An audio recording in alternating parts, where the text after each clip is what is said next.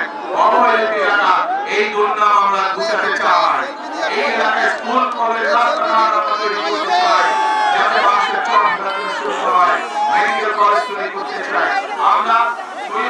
Airport আছে, এই এয়ারপোর্টটাকে আমরা ধীরে ধীরে আন্তর্জাতিক এয়ারপোর্টে রূপান্তরিত করতে চাই।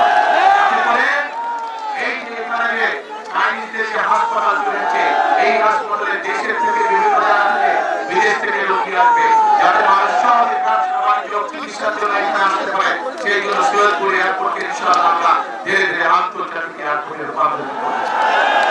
এখন প্রিয় ভাই বোনেরা, এখন আমাদের মূল কাজ হলো দেশকে আমাদের পুনর্গঠন করতে হবে। আমাদের লক্ষ কোটি তরুণ যারা আছে তাদের কর্মসংস্থানের ব্যবস্থা করতে হবে। আমাদের কোটি কোটি শিশু যারা আছে তাদের শিক্ষার ব্যবস্থা করতে হবে। বাংলাদেশের সাধারণ খেটে খাওয়া মানুষ, তাদের জন্য ন্যূনতম চিকিৎসার ব্যবস্থা করতে হবে। বাংলাদেশের কোটি কোটি মানুষ তারা যাতে নিরাপদে রাস্তাঘাটে চলতে পারে, মা বোনেরা যাতে নির্বিঘ্নে রাস্তায় চলাফেরা করতে পারে, যে কোনো সাধারণ মানুষ নির্বিঘ্নে যাতে ব্যবসা বাণিজ্য নিরাপদে করতে পারে, সেই পরিবেশ আমাদেরকে তৈরি করতে হবে। কিন্তু প্রিয় ভাই বোনেরা, এই পরিবেশ যদি আমাদেরকে তৈরি করতে হয়, তাহলে এই দেশের যে মালিক, কারা মালিক? এই দেশের মালিক কারা?